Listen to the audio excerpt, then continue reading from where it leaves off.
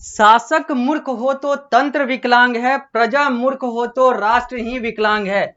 यह कथन यह बताने के लिए पर्याप्त है कि एक शासक और एक प्रजा जो है वो राष्ट्र के लिए कितना महत्व रखता है, शासक और प्रजा का राष्ट्र के लिए क्या योगदान है, वो इस कथन से साफ साफ पता चल रहा है। और यह कथन जो है पर्याप्त है राजा यानी कि शासक और प्रजा यानी कि जनता के महत्व को बताने के लिए। और मैंने इस कथन को इसलिए यहां पर पढ़ा क्योंकि अब जो हम लोग अपना नया अध्याय शुरू करने जा रहे हैं, जो आप लोगों को आपकी कक्षा 8 में सामाजिक विज्ञान के तहत आने वाले इतिहास में पढ़ना है, पीएसबीआई के पाठ्यक्रम, public school board of India के पाठ्यक्रम और पारस प्रकाशन पुस्तक के अनुसार, वो है imperial rule and tribal communities. यानी कि यहां पर अब हम लोग बात करेंगे शाही शासन और जो अनुसूचित जनजातियां हैं उनके समुदाय के बारे में। यानी कि शाही शासन और जनजाति समुदाय के बारे में इस अध्याय में बात होगी, जिसको इंग्लिश में लिखा हुआ है शाही शासन को अंग्रेजी में इंपीरियल रूल कहते हैं, जबकि ट्राइबल कम्युनिटी हिंदी में जनजातीय समुदाय कहलाता है। तो यहां पर हम लोग इस अध्याय में, यह आप लोगों के पाठ्यक्रम और पुस्तक के अनुसार अध्याय संख्या 6 है इतिहास के अंतर्गत, जो कि आप लोगों को कक्षा 8 में सामाजिक विज्ञान के तहत पढ़ना है। तो अब हम लोग आते हैं इस अध्याय में और वो सारी बातें करेंगे और वो सारी बातों को मैं आपको बताऊंगा जो आप लोगों को आपके पाठ्यक्रम और पुस्तक के अनुसार पढ़ना है। अभी हम लोग पृष्ठ संख्या 96 पर हैं। यह आपको सामने स्मार्ट बोर्ड पर दिख ही रहा है, यह आप अपने पुस्तक में भी यानी कि पारस प्रकाशन के पुस्तक में जो आप लोगों के पास है उसमें भी आप देख सकते हैं।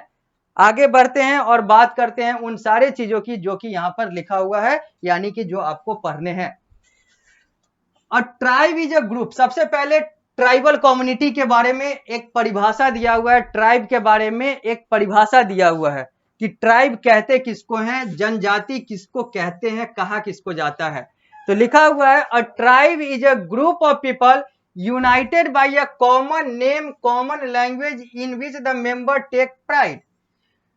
ट्राइब का मतलब होता है, एक जनजाति का मतलब होता है वैसे लोगों का समूह जिनका एक तरह का नाम, एक तरह की भाषा होती है और उनके सदस्य अपने भाषा, अपने नाम, अपने जनजाति पर प्राउड करते हैं, गर्व करते हैं, गर्वान्वित महसूस करते हैं, गौरवान्वित महसूस करते हैं। इसी को अंग्रेजी में ट्राइब कहते हैं। They share a common territory and common culture. उनका कॉमन यानी कि सेम जो होता है, क्षेत्र भी होता है और सेम जो है वो कल्चर भी होता है। यानी कि एक कल्चर, एक रीति रिवाज और एक क्षेत्र में ये लोग पाए जाते हैं। A member of the tribe is called tribal और आदिवासी। जो इनके सदस्य होते हैं, ट्राइब वाले जो सदस्य होते हैं, उनको हिंदी में आदिवासी कहते हैं या अंग्रेजी में ट्राइबल कहते हैं। India has been a home of several tribe. Bharat बहुत सारे ट्राइब यानी कि बहुत सारे जनजाति समुदाय का, बहुत सारे जनजातियों का घर है। अब कौन कौन से जनजाति भारत में पाए जाते हैं? तो खोंड्स, खासीज, संथाल और भी अलग अलग जो जनजाति हैं वो पिछले 2 सेंचुरी से 2 सेंचुरीज अगो यानी कि पिछले 200 सालों से ज्यादा से ये लोग भारत में पाए जा रहे हैं। यानी कि भारत इनका घर बना हुआ है। यानी कि भारत में बहुत सारे आदिवासी, बहुत सारे अलग अलग तरह के आदिवासी रहते हैं और भारत जो है इन सब के लिए एक होम है, इन सब के लिए एक देश है, इन सब के लिए एक घर के तरह है।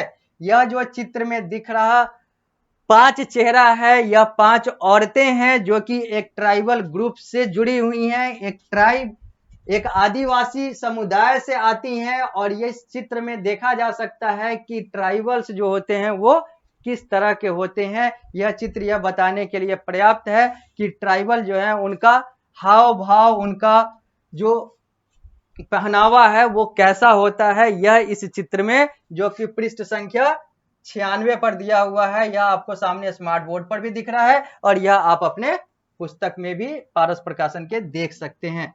आगे बढ़ते हैं। ट्राइबल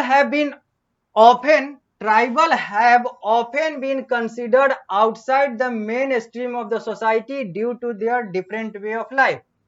ये जो ट्राइबल होते हैं, ये जो आदिवासी होते हैं, इनको लगभग और अधिकांश समय या फिर साधारणतः सामान्यतः इनको अधिकांश लोग जो हैं मुख्य धारा से बाहर का समझते हैं या फिर बाहर रखते हैं, क्योंकि इन लोग का हाव भाव, खाना पीना, रहना सहना अलग होता है बाकी लोगों से। In spite of their contact with non-tribal group, they retain their own identity and culture। जब ये आदिवासी बाकी लोगों से मिलते भी हैं तब भी ये अपना जो रीति रिवाज, अपना जो कल्चर है उसको मेंटेन किए हुए रहते हैं। यानी कि कितने भी ट्राइब जो है नॉन ट्राइबल लोगों से मिलते रहें, कांटेक्ट में रहें, लेकिन ये अपने रीति रिवाज को नहीं छोड़ते, क्योंकि यही तो इनकी पहचान है। Most tribe are close to nature. अधिकांश जो ट्राइब होते हैं, अधिकांश जो आदिवासी होते हैं, जनजाति समुदाय के लोग होते हैं, यह प्रकृति से जुड़े हुए होते हैं। Some tribe own land jointly on the name of the tribe. कुछ जनजाति ऐसे हैं जो पूरे अपने जनजाति समुदाय के लिए एक जमीन लेते हैं और उसमें सारे जनजाति के लोग जो हैं वो रहते हैं और वही उनका परिवार होता है। However, their way of life was severely, यहां पर स्पेलिंग में थोड़ा सा मिस्टेक है, यहां पे लिखा हुआ है कि उनका जो जीवन जीने का तरीका है उसको ब्रिटिश रूल में, चूंकि भारत में ये 200 साल से ज्यादा से रह रहे हैं, कई दशकों से रह रहे हैं, तो अगर हम लोग 1947 से पहले चले जाए तो उस समय भारत में अंग्रेजों का शासन हुआ करता था।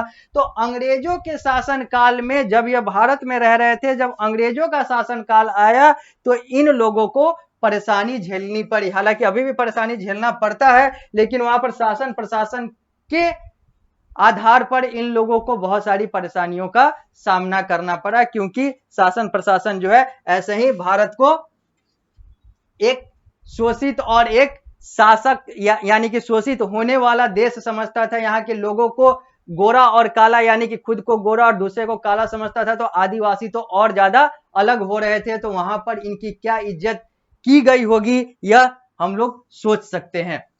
आगे अब हम लोग आदिवासी के कुछ अलग अलग तरीके की बात करेंगे, यानी कि अलग अलग तरह के आदिवासियों की बात करेंगे और आदिवासी से जुड़े हुए अन्य तथ्यों की बात करेंगे।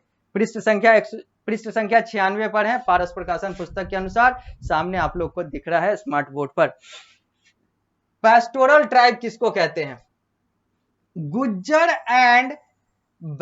And Bakarwal of Jammu and Kashmir who moved in search of water and grass along with their cattle. Pastoral tribe में गुज्जर और बकरवाल आते हैं जो कि जम्मू कश्मीर से, भारत के जम्मू कश्मीर से बाहर निकलते हैं, यानी कि उन्होंने अपने समय जम्मू कश्मीर से बाहर निकला, वो लोग बाहर निकले पानी और अलग अलग चीजों की तलाश में अपने मवेशियों के साथ। जब जम्मू कश्मीर के दो ट्राइब बाहर निकलते हैं अपने मवेशियों के साथ पानी की खोज में और अलग अलग रहने और खाने की खोज में, तो ये जो दो ट्राइब हैं इनको एक को गुज्जर और एक को बकरवाल कहते हैं। ये दोनों जम्मू कश्मीर ओरिजिन से आते हैं, यानी कि भारत के जम्मू कश्मीर से इनका ओरिजिनेशन है, उत्पत्ति है। Generally the pastoral tribe move from place to place. अगर सामान्यतः देखें तो ये जो पेस्टोरल ट्राइब है जिसमें गुज्जर और बकरवाल आते हैं, जो कि जम्मू और कश्मीर से इनका ओरिजिनेशन उत्पत्ति दिखता है, होता है, ये लोग जो हैं या फिर जितने भी पेस्टोरल ट्राइब के जितने भी लोग हैं, ये लोग एक जगह से दूसरे जगह, एक प्लेस से दूसरे प्लेस मूव करते हैं, यानी कि घूमते हैं अपने मवेशियों के साथ, चाहे वो मवेशी जो है वो भेड़ हो, बकरी हो या फिर ऊंट हो। अब पानी और खाने के सर्च के लिए, खोज के लिए ये लोग एक जगह से दूसरी जगह घूमते हैं, और ऐसे ट्राइब को पेस्टोरल ट्राइब कहते हैं। और पेस्टोरल ट्राइब के दो उदाहरण हम लोगों ने देखा, गुज्जर और बकरवाल। और गुज्जर और बकरवाल चूंकि पेस्टोरल ट्राइब के हैं तो ये लोग भी एक जगह से दूसरी जगह मूव करेंगे अपने मवेशियों के साथ। तो इन लोग का जो मूवमेंट की शुरुआत होती है, यानी कि इन लोग की जो उत्पत्ति होती है वो भारत के जम्मू कश्मीर से होती है। The pastoralist tribals move with the seasonal changes in the search of grass and fodder।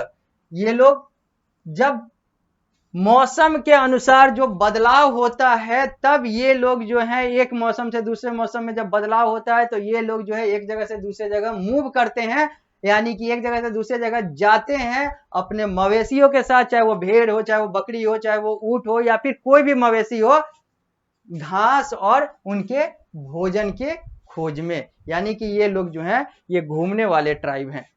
ये पेस्टोरल थे। अगला है सेटल्ड ट्राइब्स। अब ये नाम से ही क्लियर है कि ये सेटल्ड ट्राइब हैं, यानी कि ये सेटल्ड हैं, यानी कि एक जगह पर स्थापित है, ये मूव नहीं करेंगे।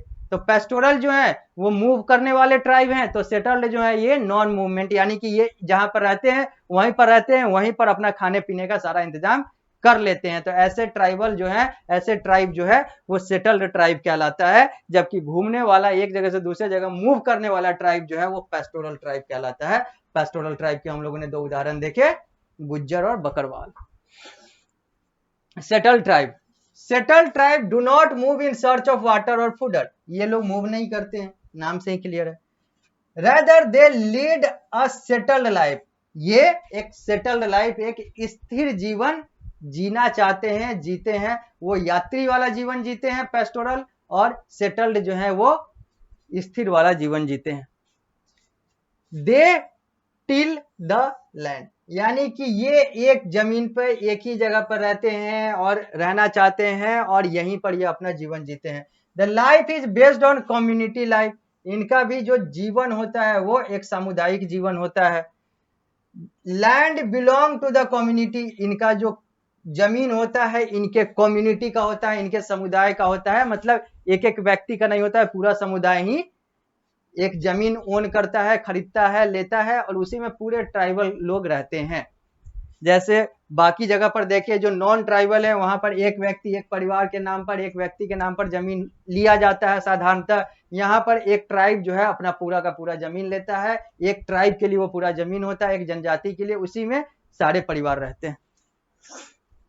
All the member of tribe has right over the land and other resources. और जो जमीन पे वो लोग रह रहे हैं, जो उनका जमीन है, वहां पर सारे लोगों का अधिकार है, किसी एक का अधिकार नहीं है, क्योंकि ये उसी तरीके से जमीन यहाँ पर बिकता है। जो सेटल्ड ट्राइब है, जो पेस्टोरल में हम लोगों ने देखा गुज्जर और बकरवाल इत्यादि, तो यहाँ पर है मुंडाज, सांथाल, गोंड्स, ये सब जो है ये सेटल्ड ट्राइब है, यानी कि ये एक जगह पर रहने वाले ट्राइब है। तीन उदाहरण दिए हुए हैं, तीन नाम दिए हुए हैं, Munda, Santhal, Gond. They live in central and eastern India. ये कहां पर पाए जाते हैं? तो जो भारत का सेंट्रल और ईस्टर्न क्षेत्र है, यानी कि पूर्वी और जो केंद्र वाला जो क्षेत्र है, जो मध्य क्षेत्र है भारत का, यहां पर ये लोग पाए जाते हैं, सेटल्ड ट्राइब। अब हम लोग आगे बढ़ते हैं और बात करते हैं शिफ्टिंग कल्टीवेशन का। इसमें हम लोग देखेंगे the tribal group in north east part of India follow shifting cultivation और झूम। ये जो नॉर्थ ईस्ट यानी कि पूर्वोत्तर, नॉर्थ ईस्ट का मतलब होता है पूर्वोत्तर, और भारत का पूर्वोत्तर कहलाता है 8 राज्य, जो मैंने पहले भी एक अध्याय में बताया था, जहां पर हम लोग को ये देखना था। भारत के पूर्वोत्तर में 8 राज्य आते हैं, जिसमें 7 को 7 सिस्टर स्टेट कहते हैं, 7 बहनों वाला राज्य कहते हैं, और एक जो है अलग आता है। और ये 8 जो है ये north east part of India कहलाता है। यानी कि नॉर्थ ईस्ट यानी कि पूर्वोत्तर राज्यों की संख्या आपसे पूछी जाए तो 8 होगा, और 7 सिस्टर स्टेट की बात की जाए तो 7 होगा। ये 8 और 7 में जो एक हटता है वो सिक्किम है, यानी कि 7 सिस्टर स्टेट में सिक्किम नहीं आता है और नॉर्थ ईस्ट में सिक्किम आता है। तो सिक्किम के अलावा बाकी जो 7 हैं वो कौन कौन से हैं? तो असम है, मेघालय है, मिजोरम है, मणिपुर है, यहां पर लिख देते हैं असम, मेघालय, मेघालय, मणिपुर, मणिपुर, मिजोरम, मिजोरम, अरुणाचल प्रदेश, अरुणाचल प्रदेश, अरुणाचल प्रदेश के बाद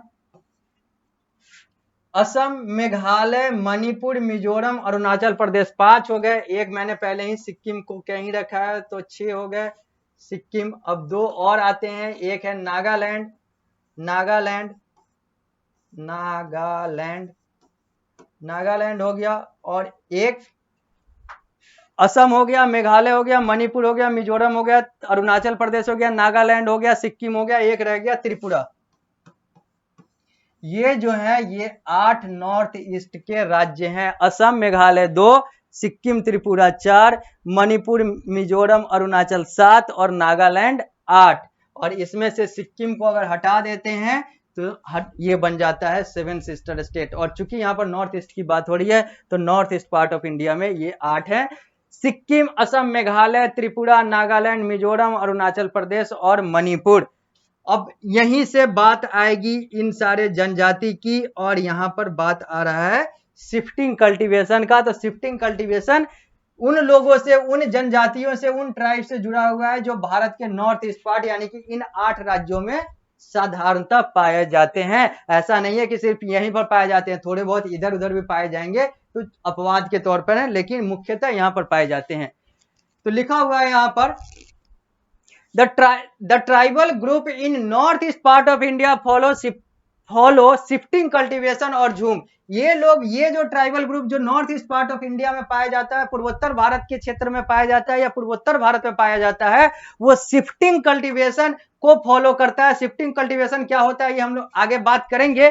शिफ्टिंग कल्टीवेशन को फॉलो करता है, और उसको शिफ्टिंग कल्टीवेशन को वो लोग अपनी भाषा में, अपनी शब्दावली में झूम कहते हैं, JHUM अंग्रेजी में, झूम हिंदी में। They lack the modern input like fertilizer for the cultivation of crop। अब उनके पास जो नए नए जो खाद्य होते हैं, जो खाद्य होते हैं जिससे फसल की बुआई या फिर कहें तो फसल पैदा होता है या फिर फसल की अच्छी पैदावार होती है, ये सारी चीजें जो है, और भी अलग अलग जो इनपुट्स हैं जो फसल के लिए चाहिए होता है, क्रॉप के लिए चाहिए होता है, क्रॉप के कल्टीवेशन के लिए चाहिए होता है, ये उनके पास नहीं होता है। After continuous use of land for cultivation they leave the area and shift to the next area और फॉरेस्ट।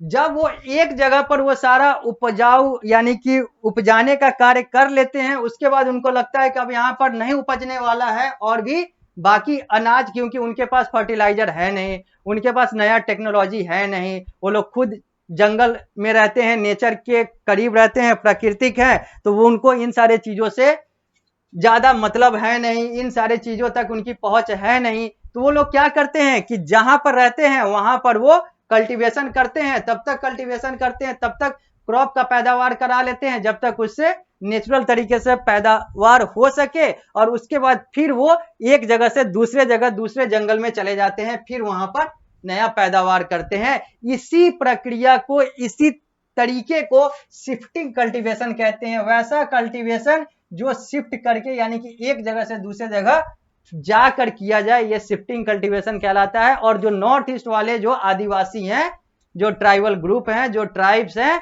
वो जो जनजाति हैं, जो जनजाति समुदाय है, वो शिफ्टिंग कल्टीवेशन यानी कि एक जगह पर उपजा लिया तो अब वो दूसरे जगह पर जाएगा, दूसरे जगह पर उपजाने का कार्य करेगा। आगे लिखा हुआ है, दे कट द, पृष्ठ संख्या 97 पर आ रहे हैं, they cut the trees and burn them. वे लोग पेड़ को काटते हैं, चूंकि जंगल में जा रहे हैं, जंगल में पेड़ दिखने को मिलेगा, जंगल में तो घर नहीं ना मिलेगा, तो जंगल में पेड़ मिलेगा तो पेड़ को काटते हैं और पेड़ को जला देते हैं। उससे जो कार्य होता है वो तो करते ही करते हैं, यानी कि उससे जो अग्नि वाला कार्य हो गया, आग वाला जो कार्य हो गया, लकड़ी वाला जो कार्य हो गया, वो तो उनकी पूर्ति हो ही जाएगी पेड़ को काटने और जलाने से। और उसके साथ साथ क्या होगा, this clear land is utilise for cultivation of crop. अब पेड़ हट गया तो वो जो जमीन है वो साफ हो गया। अब जमीन साफ हो गया तो अब वहां पर वो क्रॉप को कल्टीवेट करेंगे, यानी कि अब अनाज को उपजाने का कार्य करेंगे। तो जमीन को खाली करने के लिए ये लोग पेड़ को काटते हैं, जला देते हैं। तो यहां से इनका ईंधन यानी कि आग, ये सारी चीजें, लकड़ी वगैरह, ये सारी चीजें भी आ गई और वो जगह भी जो है वो खाली हो गया। अब वहां पर ये लोग फिर से कल्टीवेशन का कार्य करेंगे, फिर से उपजाने का कार्य करेंगे। अगली कक्षा में आएंगे तो हम लोग इस अध्याय को यहीं से आगे बढ़ाएंगे। इस कक्षा में हम लोग यहीं पर रुकते हैं, मिलते हैं अगली कक्षा में तो बात करेंगे आगे की।